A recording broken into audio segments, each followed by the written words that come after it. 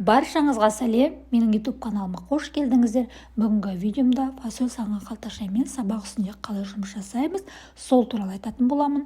Егер менің каналыма бұрын-соңды тіркелмеген болсаңыз, міндетті түрде тіркеліп кетіңіздер, және менің сіздер үшін берген әр ақпаратым пайдалы болатын болса, лайк басып өз пікірлеріңізді білдіруді ұмытпаңыздар.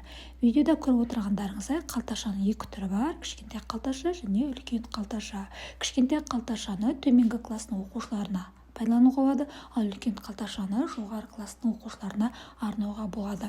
Фасольді екі қалташаға бөліп салған кезде осындай пішінді қалташалар пайда болады.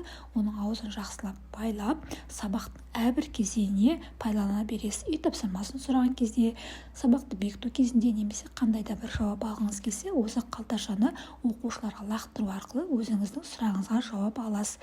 Әдетте бұндай тапсырманы мұғалімді доп арқылы жұмыс жасайды.